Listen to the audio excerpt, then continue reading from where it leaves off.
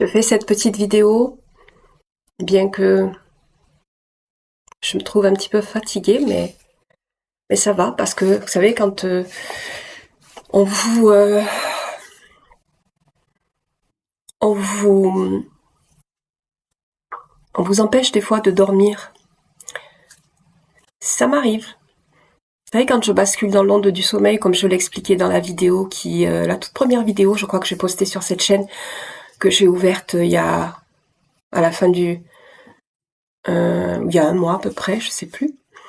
Et j'y expliquais que quand je bascule dans l'onde du sommeil, hop, petit sursaut. Tadam! Et on se demande d'où ça vient. On essaie de faire avec, et comme je l'ai expliqué tout à l'heure dans la vidéo, en début d'après-midi que j'ai faite dans un endroit où je vais dans plusieurs endroits, mais où je vais pour travailler à la finition de mes 2 livres.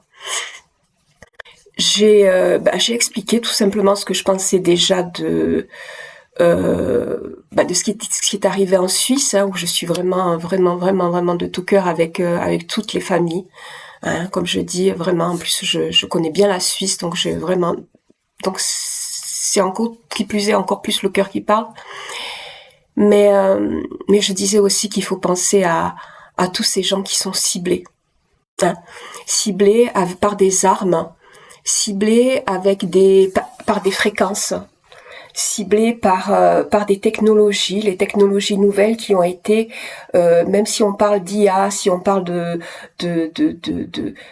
quoi que ce soit, il y a toujours un homme, des êtres humains derrière, hein, il n'y a pas des machines.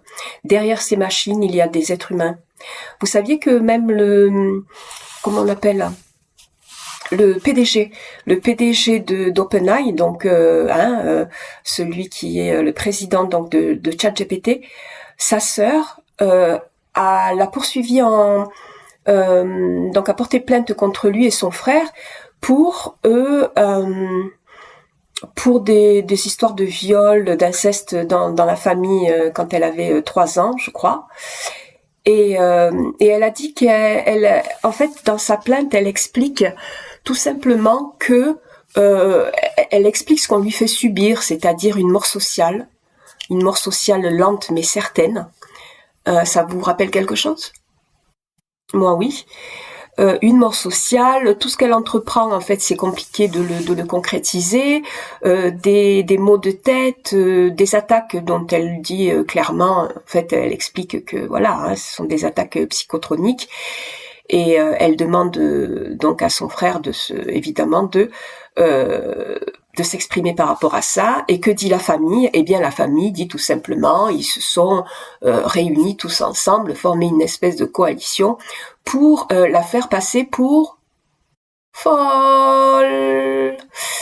Et alors, cette fille mène la vie qu'elle mène, hein, c'est sa vie, mais je ne pense pas qu'elle soit folle.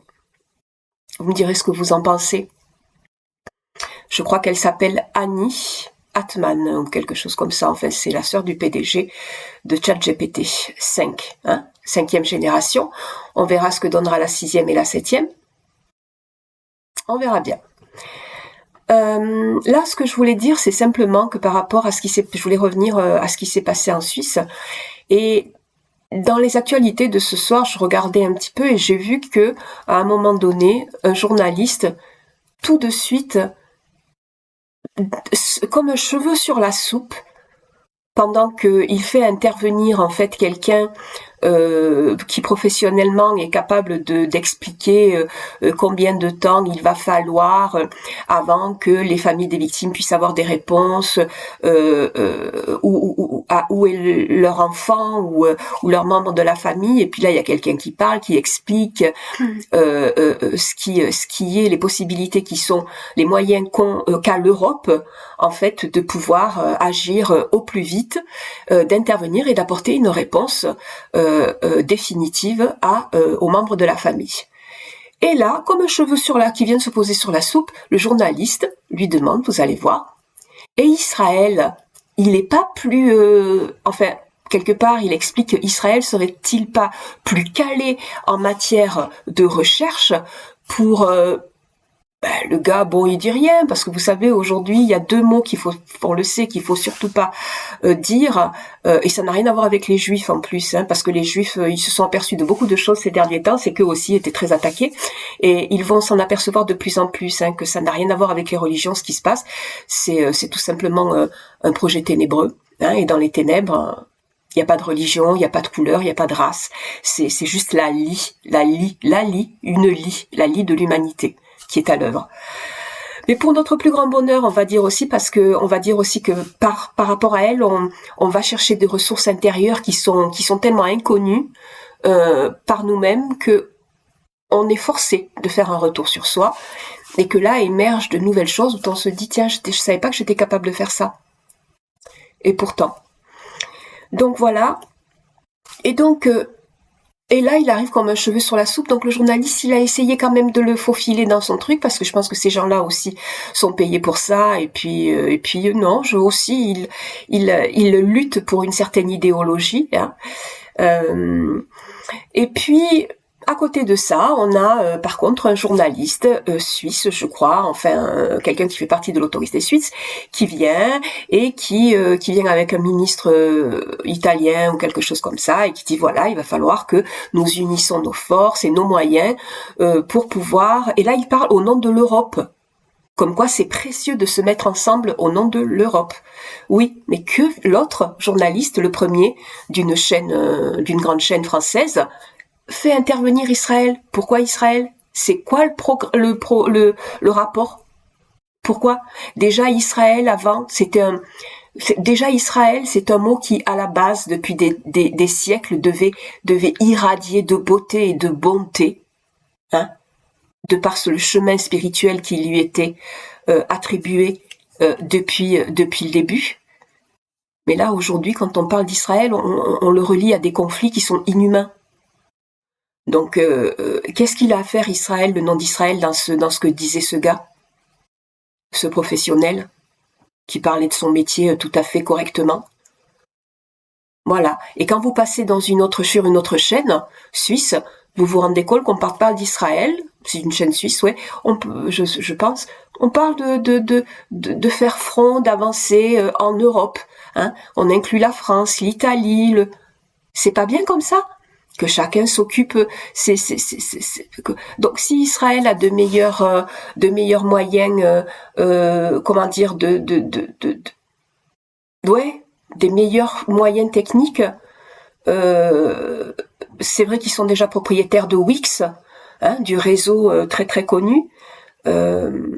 Jusqu'où vont ces moyens? Parce qu'il se serait bien de s'interroger à l'heure où il y a beaucoup beaucoup beaucoup de ciblés en France, et de gens qui se sont déjà suicidés, de ceux qui sont sur le point peut-être de se suicider, et puis tous ceux qui n'en peuvent plus.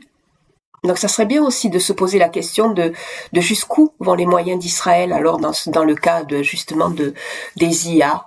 Ça serait intéressant de se poser la question aussi de toutes ces familles au-dessus qui ont les moyens de financer tout ça. Donc voilà, c'est vrai qu'on n'a pas fini de se poser des questions, mais je peux vous dire qu'on n'a pas fini aussi de trouver des réponses. Ce sont les temps. Les temps sont là. Donc je vous mets en capture d'écran ce que j'ai vu là. Voilà. Allez, au revoir. Avec des pays qui sont peut-être un peu plus à la pointe en quelque sorte, qui ont des méthodes un peu plus innovantes et qui sont peut-être plus habitués à ce genre de catastrophe. Je pense par exemple à Israël qui a proposé ses services, Israël qui a été confronté à des situations à peu près similaires, même si ce n'est pas évidemment le même drame, mais lors du 7 octobre. Alors oui, Israël, mais enfin la France, l'Angleterre, l'Allemagne, en fait tous ces grands pays-là pratiquent les mêmes techniques. Dans des hôpitaux, notamment dans le nord de l'Italie, dans les heures qui ont suivi. Et face à cette catastrophe, de faire front commun, de faire communauté européenne ensemble, c'est tellement précieux. Et ça va aider à sauver des vies.